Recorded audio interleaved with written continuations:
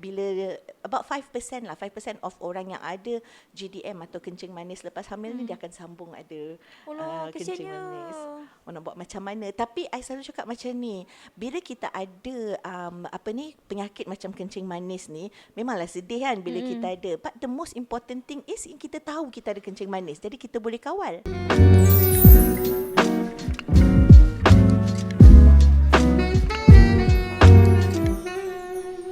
Hello everyone, kembali kita dalam rancangan tak adalah rancangan, dalam podcast Borak Pak and Ma. Kita sekarang berada di mana? Dekat Metro IVF Setiawak Puchong. Dan kita juga ada tetamu istimewa bersama kita. Doktor, perkenalkan diri, Doktor. Hai, Assalamualaikum, salam sejahtera. Saya Dr. Afida Sohana Awangsoh dari Klinik Pakar Wanita Metro Bukit Tinggi, Kelang.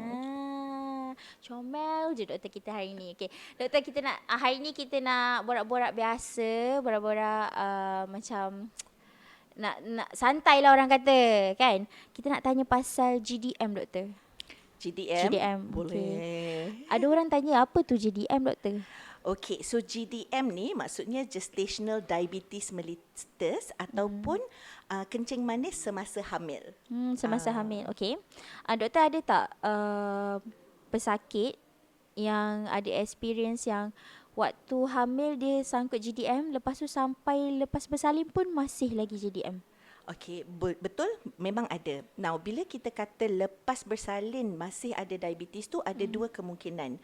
Yang pertama adalah mungkin dia sebenarnya ada diabetes even before kencing manis, even before hamil. Cumanya orang muda kita tak check, betul tak? Yes, Bila betul. kita dah tua sikit baru kita start check kencing manis ni. So some patients bila masa hamil tu baru dia start check diabetes atau cek kencing manis tu, kita diagnose dengan kencing manis semasa hamil. Bila lepas bersalin tu masih ada kencing manis tu. Sebab itu kalau you ada kencing manis semasa hamil atau GDM, lepas bersalin 6 ke 8 minggu lepas tu patutnya check balik, make sure diabetes tu dah tak ada. Dan kemungkinan kedua adalah bila about 5% lah, 5% of orang yang ada GDM atau kencing manis lepas hamil ni dia akan sambung ada kencing manis. Nak buat macam mana? Tapi I selalu cakap macam ni, bila kita ada penyakit macam kencing manis ni, memanglah sedih kan bila kita ada. But the most important thing is kita tahu kita ada kencing manis. Jadi kita boleh kawal. Kalau kita tak tahu kita ada kencing manis, kita makan ikut sedap kan. Jadi nanti kita dah start dapat orang kata organ failure. Nanti kidney kita rosak, mata kita rosak, tu yang kita tak nak. So kalau kita tahu, kita kawal, dan insya-Allah tak ada apa-apalah. Kesiannya. Okay.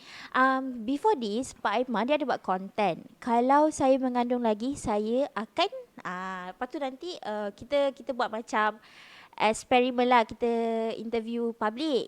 And then ada seorang akak ni, sis ni cakap macam ni, kalau saya mengandung lagi, saya akan jaga makan sebab saya sangkut GDM. Lepas tu ramai lah orang komen. Is it true? Adakah GDM tu related dengan pemakanan? Betul ada betulnya. So katakanlah orang tu masa pregnant yang pertama, macam kakak tu, kakak macam I muda lagi kan. Gitu. Tapi kalau katakanlah pesakit tu sebelum ni ada GDM, lepas bersalin dah tak ada, kemungkinan dia kena GDM sekali lagi tu tinggi. Kalau orang tu tak pernah ada GDM pun, kalau dia tak jaga makan, boleh juga kena. So orang yang put on too much weight masa pregnant. So katakanlah dulu kan orang kata kalau pregnant tu kena makan untuk 2 orang. Salah konsep tu, makan untuk seorang saja. Salah ke sebenarnya? Salah, makan untuk seorang je. So kita tak makan untuk 2 orang. Jadi kita jaga pemakanan kita, sebab if you put too much weight masa early on, masa pregnancy tu, then your risk of getting GDM akan bertambah tinggi. Orang yang kena GDM ni selalunya kita tengok faktor risiko juga. Kalau you comel-comel macam I pun senanglah kena diabetes kan. So sebab tu kita kalau boleh sebelum orang pregnant, kita ada prenatal counselling. Kita kata kalau boleh kurangkan berat badan dulu, sebab nanti risiko-risiko lain pun kurang. And then kalau you ada keluarga yang ada diabetes, macam mak ke ayah ada diabetes, risiko you untuk kena diabetes tinggi sikit. kalau you kalau you mengandung tu umur 40 lebih, for example, pun risiko you kena diabetes tinggilah sikit. Jadi kalau orang yang ada faktor risiko yang tinggi seperti itu, kita akan minta buat air gula tu, minum air gula, MGTT tu awal sikit. 16 minggu kita dah buat, 16-18 minggu. Kalau tak orang lain kan 28 minggu baru kita buat kan. Kalau you ada risiko tinggi, kita buat awal. Oh, okay. Bila doktor cakap kalau parents, mak ada kencing manis ke apa ke, kita ada ni tahu screenshot daripada TikTok Pak Emma. Ada yang cakap pasal GDM ni, dia kata not for me. Sebab dia kata kalau dia jaga makan pun, dia memang sangkut. Dia keturunan diabetik. Okay, so diabetes ni memang ada keturunan sikit lah. So macam I kata tadi lah, kalau you parents ada diabetes, then risiko you ada diabetes atau kena diabetes tinggi sikit. But doesn't mean you will kena. Oh. Kalau you kita jaga, even orang yang dah ada diabetes, kalau you jaga, then risiko-risiko lain tu tak ada.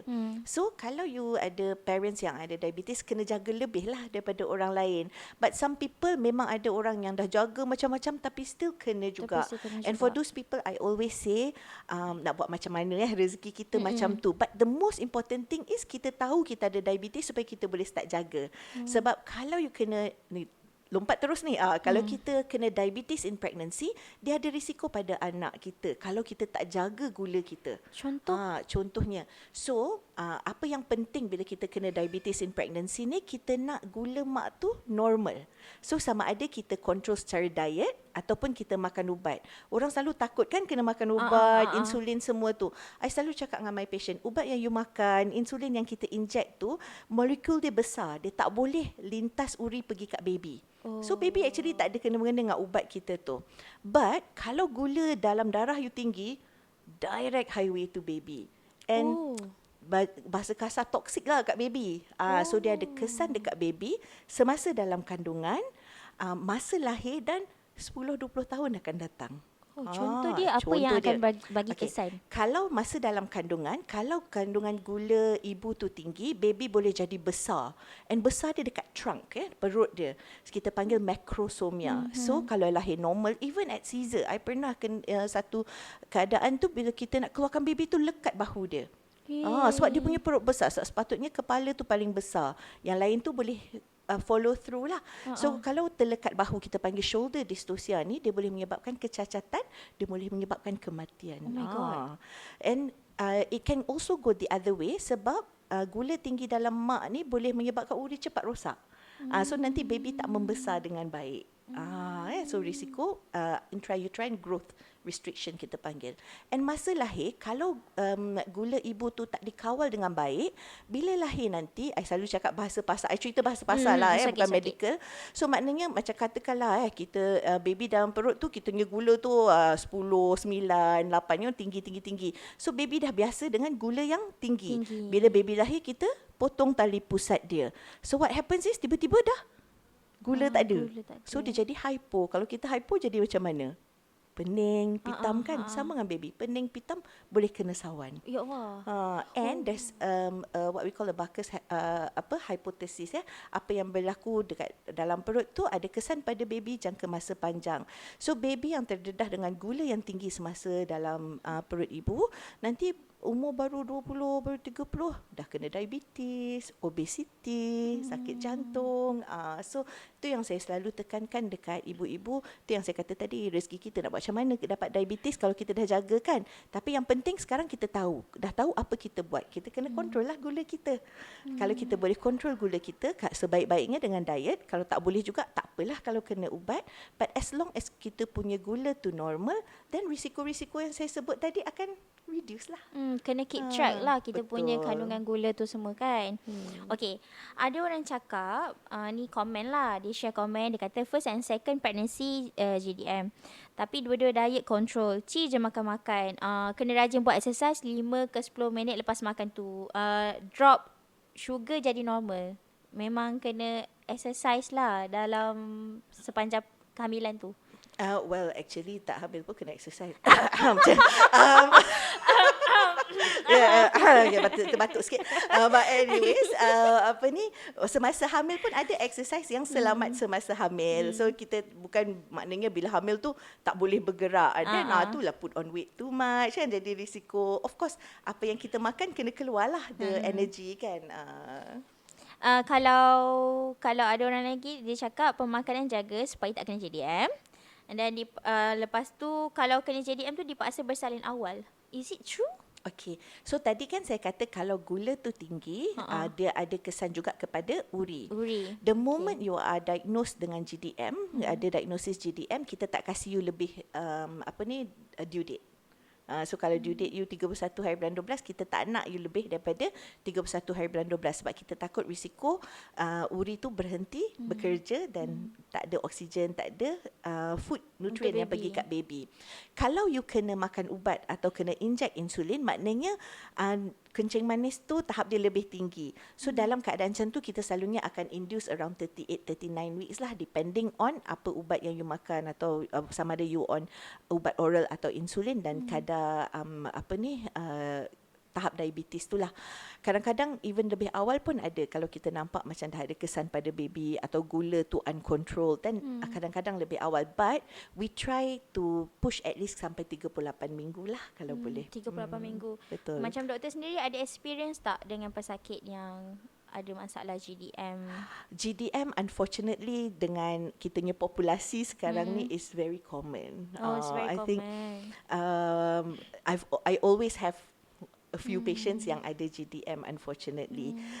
Sebab kita punya cara hidup, berat badan, lifestyle kita, dan juga sebab ramai, especially sekarang kerja dengan Metro IVF, ramai patient kita more on the usia yang lebih tinggi, so risiko tu tinggi sikit lah. So we do deal with a lot of GDM lah di kalangan pesakit kita.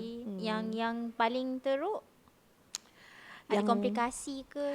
Well, bila kita ada GDM ni, unfortunately maksudnya benda-benda lain pun tinggi juga. So kadang I've had a patient yang I kena refer to government untuk deliver awal lah because she had GDM, and then also develop high blood pressure lah, hypertension, tekanan darah tinggi semasa hamil, dan quite bad yang kita baby pun start kecil tak membesar dengan baik. She was admitted dekat government hospital dan kita cuba untuk push lah baby selama mungkin, tapi kena deliver awal juga. Alhamdulillah baby okay, mak pun okay, but those are the risks that we run into lah kalau kita ada komplikasi sebegitu semasa hamil. Kesiannya. Kira macam kalau orang yang, sebab saya belum berkahwin, belum juga pregnant kan. So banyak dengar orang kalau pregnant ni dia ada macam-macam komplikasi kan, macam GDM, macam apa lagi yang blood pressure, benda-benda macam tu kan. Selain daripada pemakanan, exercise, ada benda lain tak yang mempengaruhi?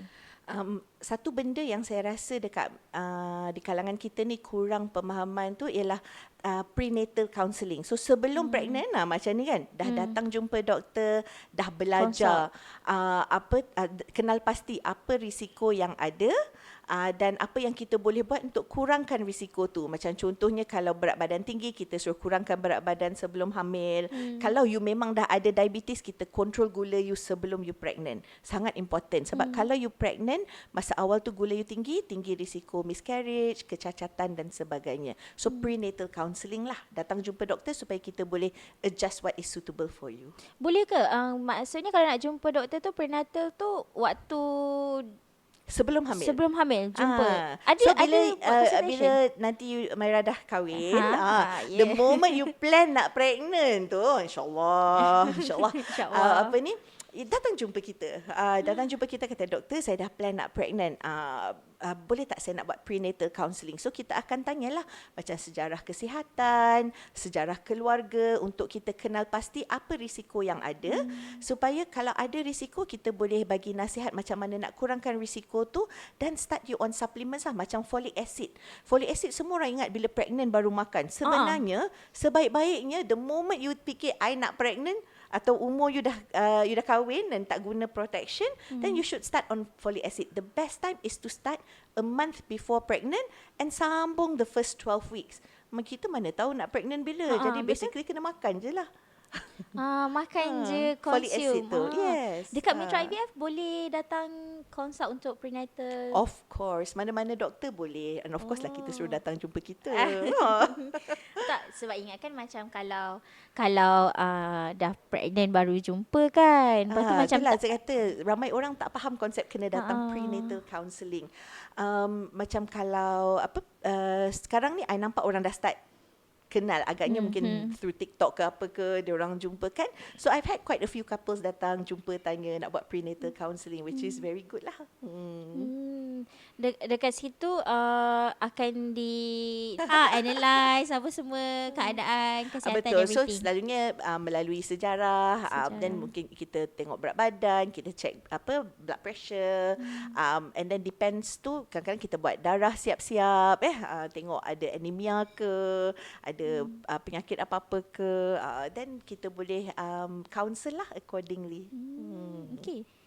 Baguslah. Macam kepada siapa yang dah ready untuk pregnant, silalah berjumpa dengan doktor untuk Prenatal counselling. Okay doktor. Kalau contoh ibu tu dia sebelum ni dah memang ada diabetes. Lepas tu dia sangkut pula GDM. Macam mana tu? Okey, maksudnya Myra nak tanya kalau patient tu sebelum pregnant pun dah ada diabetes. Jadi kita tak panggil GDM dah lah. Oh, dia dah tak panggil GDM kita dah tak lah. panggil sebab GDM tu adalah gestational diabetes mellitus. Maksudnya kencing manis semasa hamil. So kalau dia memang ada diabetes sama ada type 1 atau type 2. Type 1 ni maksudnya dia genetik daripada kecil lagi. Type 2 ni because of kita punya lifestyle because comel, because of pemakanan semua ni lah. Okay. So kalau you ada pre-existing kencing manis, pre-existing diabetes, yang pertama sekali kena make sure semasa nak hamil tu gula you dalam lingkungan normal. Okay, so lagilah prenatal counselling tu sangat important.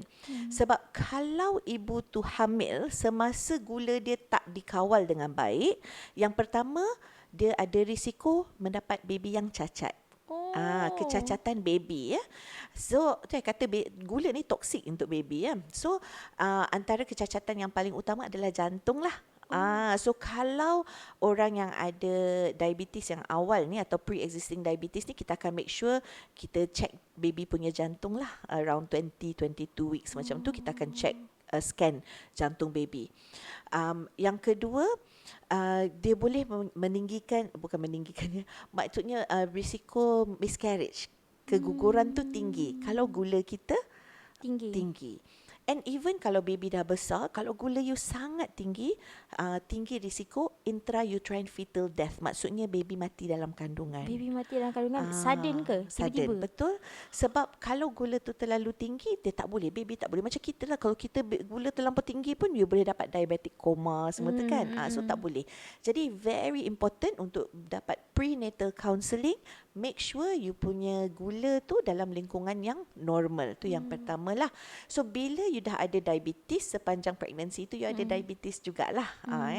Jadi orang yang ada diabetes bila pregnant ni, kadang-kadang diabetes tu boleh jadi lebih teruk. So for example, saya pernah ada patient, dia ada type 2 diabetes and selalunya gula dia reasonably well controlled Bila dia pregnant tu, gula dia jadi kucak-kacir. So it frustrates her, but tu kadang-kadang boleh berlaku. So kita kena ketatkan lagi kawalan lah. So walaupun dia dah ada treatment even before hamil, masa hamil tu kita kena monitor lebih lah, make sure yang masih keperluan dia masih sama lagi keperluan ubat dia. Kalau dari segi diet pula macam mana? Mesti dia ada cara pemakanan yang lain daripada lain kan? Bila seseorang ibu tu didiagnose dengan GDM dengan gestational diabetes, antara perkara pertama yang kita buat adalah bincang tentang diet control. Kalau certain centers dia ada dietitian atau kadang-kadang doktor pun boleh. So I selalu bincang dengan patient cara pemakanan yang betul lah, yang sebaik-baiknya. So yang pertama, konsep pemakanan seimbang lah. Kalau jumpa dietitian, dia kata kena makan suku-suku separuh lah. So suku yang pertama tu adalah karbohidrat. Now, konsep pemakanan dan gula tu pun you kena faham juga.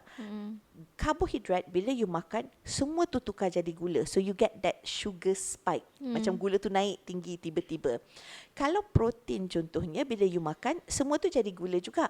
Tapi dia ubah jadi gula sikit. So dia punya naik tu tak macam Gunung Kinabalu. Dia macam naik sikit, macam busut je lah sikit. Tapi dia lama dalam sistem baru dia turun. But you don't get that spike. Because remember, kita tak nak yang spike tinggi tu, yang gula tinggi tu. So karbohidrat kita kena kurangkan. And kita kena tukar karbohidrat kita. So kalau makan nasi tu, kita selalu cadangkan makan basmati ke, atau sekarang ada parboil basmati, maknanya yang kanji dia kurang. Kalau you makan roti, kena elak roti putih. Kena whole meal gitu. Saya selalu kata elaklah macam ubi-ubi, kompleks karbohidrat, potato dan sebagainya. And you kena check lah apa pemakanan yang sesuai lah dari segi tu. Protein, kalau dietitian dia kata suku-suku separuh. Kalau dengan patient saya, kita orang mengelak sikit lah. Bukan mengelak sebab apa, marah dietitian dengar I cakap ni. Tapi sebab macam ni, one of the biggest thing I go through bila I tengok patient I is diorang depressed bila dapat diabetes atau GDM ni. Sebab ni tak boleh makan tu, tak boleh makan, dah lah hormon you kucak-kacir, pregnant kan. Lepas tu, doktor tak kasih makan tu, tak boleh makan ni, kena kawal tu. So dia stres sangat. Makan nasi sikit, lapar. Kita Asian ni makan nasi banyak kan, sepinggan. Lepas tu ayam scoet, kalau ada sayur kan. Okay, so tiba-tiba doktor suruh makan nasi secoet. I selalu kata makan macam orang putih. Orang putih kan dia makan potato sebiji, ataupun nasi sikit, lepas tu lauk banyak. So I ngelak sikit, I kata pinggan bulat tu, suku tu nasi. Lepas tu that 3/4 yang ada tu you bahagi 2. So protein you besar, sayur you besar. Tapi bukanlah separuh sayur, sebab patient I depressed bila I cakap macam tu. So I kata macam kalau orang putih kan makan steak tu besar ke, ayam tu besar ke, dia rasa happy sikit lah. Dengan syarat protein tu, cara masakan tu pun penting juga. Kalau you buat protein, makan protein banyak, tapi you masak sweet and sour chicken, nama lagi sweet and sour kan. Ayam masak kicap ke, sebab sos ni gula. I selalu cakap dengan patient, just fikir macam mana orang buat tomato sauce. Tomato dengan gula. Chili sauce, chili dengan gula. Kicap is soy and gula. So sos-sos ni kita cuba elakkan. So you nak bakar ayam boleh, you nak goreng ayam boleh. Sebab bukan cerita pasal kolesterol sekarang ni kan. Tapi janganlah ayam ala KFC. Kan salut dengan tepung. Tepung tu carbs kan. So boleh goreng, tak ada masalah. Okay, janganlah hari-hari goreng pula, lain pula jadinya. And then cara kita masak sayur tu pun sama. Kalau kita masak sayur, taruh setengah cawan oyster sauce, habislah. Kan? So kita kena jaga cara masakan tu juga. So you rasa macam you makan healthy, tapi still sedap, ikut selera you. Itu yang pertama. So protein banyak, tapi jaga cara pemakanan, dan sayur pun banyak, tapi jaga cara masakan juga. And then buah pun kena jaga. So yang ni memang susah sikit nak cerita. So orang kata kena makan buah banyak kan. Ada yang cakap kalau makan buah banyak sangat pun nanti sangkut. Betul, sebab buah pun ada gula. So I punya konsep, I kata kalau buah yang krup-krap tu kurang sikit gula dia. Macam apple, jambu batu. Unfortunately buah-buah yang best kita ni, macam buah betik, tropical ni, gula dia tinggi. Oh. So kena tengok jugalah. And again, this is just anecdotal lah daripada pengalaman saya. Semua orang lain-lain. Ada patient saya makan buah, okey. Ada patient saya makan anggur 2 biji je, 2 biji kecil tu, gula zap naik. So I kata you kena, tak boleh lah. Janganlah makan anggur macam tu. And this is something outside of apa yang orang selalu buat. Tapi I selalu cakap dengan my patient, bila kita diagnose dengan diabetes ni, so you dah mesin, I selalu cakap dengan my patient, just invest in mesin gula tu, check gula tu. Hari-hari you buat. You just check je. You makan, still jaga macam yang kita bincang, tapi you check hari-hari untuk a few days. You akan nampak pattern tau. Because semua orang lain-lain. Because kalau kita buat macam kata marah KKM, tapi kalau you datang buat 2 minggu sekali, masa jumpa doktor dekat KK tu, Auto Trust sangkut. me, auto you makan sikit. Ya, betul. You tak makan, hari lain you makan macam lain kan. So I cakap dengan my patient, buat je hari-hari for a week ke, 5 hari ke, seminggu ke, and you just tengok macam mana. And I had one patient, dia datang dengan buku BSP dia. Dia kata, dan dia ajar saya, doktor tengok doktor, saya makan benda sama ni. Yang ni kari ayam, ni kari ayam. Yang ni I makan mi kuning, ni makan mi putih. Mi bihun. Yang makan mihun ni gula lagi rendah. So sekarang saya makan mihun je. You Bagus sendiri ya. tahu, dia sendiri boleh nampak pattern tu. And then dia kata, oh ni saya makan macam ni. Oh gula saya macam lagi rendah kalau saya makan macam ni. So saya makan macam ni sekarang.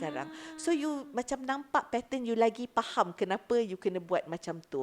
Tapi janganlah eksperimen. Ada seorang patient bila I cerita macam tu, dia balik eksperimen, dia makan aiskrim tengok gula tinggi ke tak. Saya rasa macam nak ketuk kepala hari tu. Bahaya. Jangan, bukan. Eksperimen tapi still guna yang kita bincang tu. Okay. Kalau macam doktor kata, invest lah dekat mesin untuk baca bacaan tu kan. Waktu terbaik untuk check.